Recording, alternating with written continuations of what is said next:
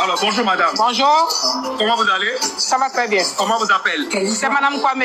Madame Kwame, qu'est-ce qui se passe ici? Nous sommes au Sahara. Ok. Et nous sommes venus présenter nos produits. Ok. Et nous sommes venus présenter aussi les escargots d'élevage. Les escargots d'élevage? Oui, oui. Vous avez quelle race d'escargots ici? Ce sont la Katina.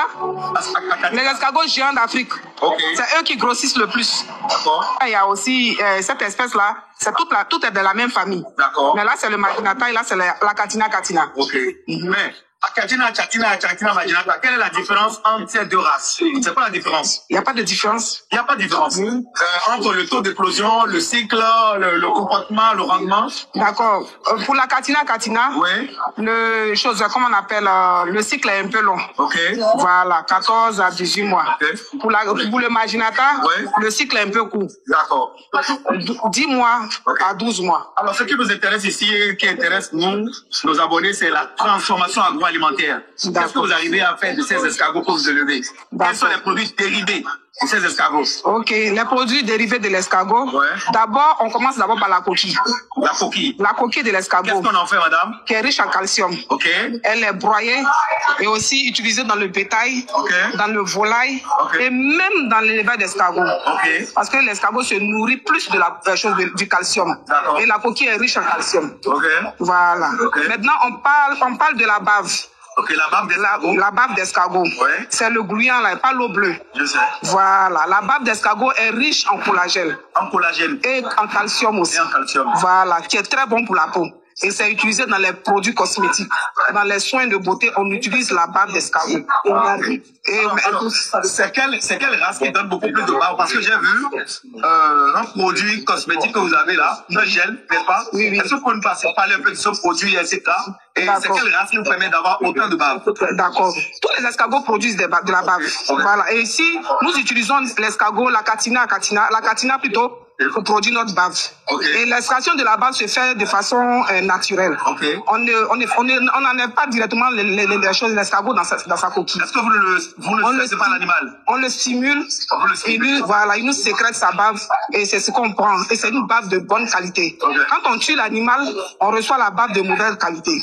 Okay. Donc quand on le stimule, nous donne sa bave de bonne qualité et qu'on prend pour faire nos produits cosmétiques. Très bien. Alors j'ai entendu dire que c'est Katina Fulica qui donne beaucoup plus de bave. Bien sûr, la Katina Fulica donne beaucoup de bave. Okay. Mais aussi la Katina aussi donne la bave. Nous, on utilise plus les escargots issus de nos élevages. Si je comprends bien, le seul produit, l'escargot, vous avez la coquille qui est riche en calcium. En élevage.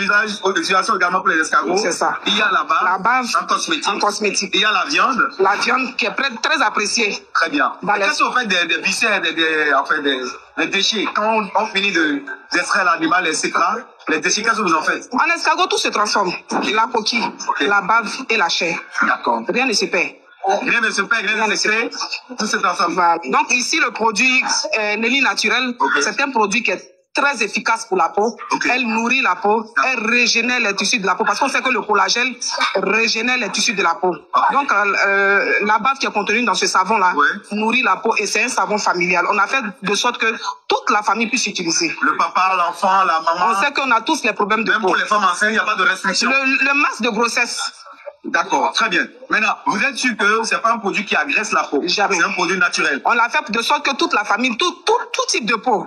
Les gars, comme je vous le dis, dans le domaine agricole, le domaine le plus rentable de tous les temps qui permet de créer de la richesse, c'est la transformation agroalimentaire. Ce n'est pas que tu as élevé des escargots, tu as fait ton élevage dans ton village, tu vas jamais t'en sortir avec. Mais quand tu arrives à créer une chaîne de valeur ajoutée, valoriser les coquilles, valoriser les déchets, vendre la chair, transformer surtout, là où il y a le plus d'argent, vous devez voir, c'est le produit fini, c'est les produits cosmétiques, surtout dans l'élevage d'escargots. Il y a des gens qui pensent qu'il faut commencer par élever l'escargot seulement pour gagner des millions. Non. Ce qui est rentable, c'est la transformation agroalimentaire. Et la branche la plus rentable, c'est la branche cosmétique. Aujourd'hui, on est à la recherche de produits naturels, 100% naturels, sans...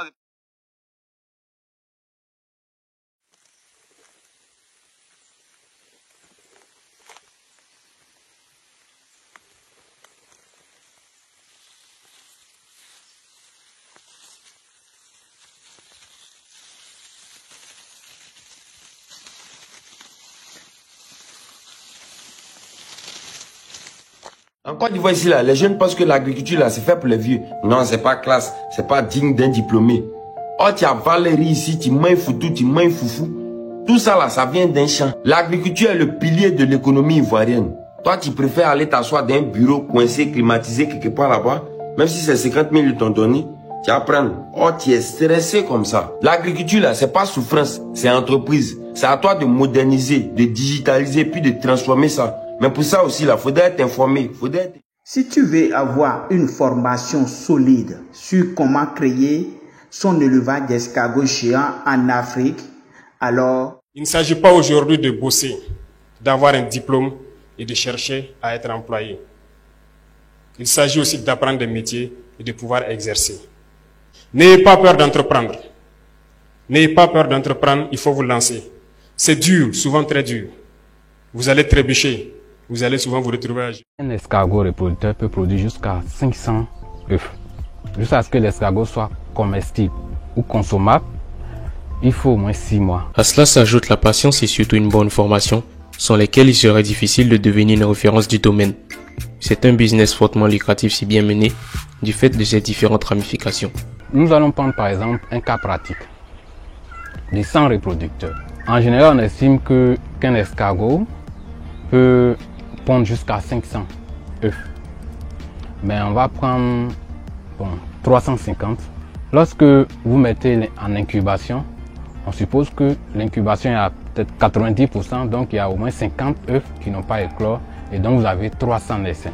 Vous faites sortir votre escargot à une période où il n'y en a pas et vous avez votre escargot de 150 grammes, vous faites l'unité à 200 francs, voilà. L'unité à 200 francs en moyenne. Quand il n'y a pas d'escargot en général, c'est ce qu'on constate sur le marché. Ça vous fait déjà. Si tout va bien, on vous appellera peut-être pour vous offrir un contrat. Mais si le téléphone ne sonne pas, ne laissez pas tomber. Continuez de vous entraîner et progressez encore.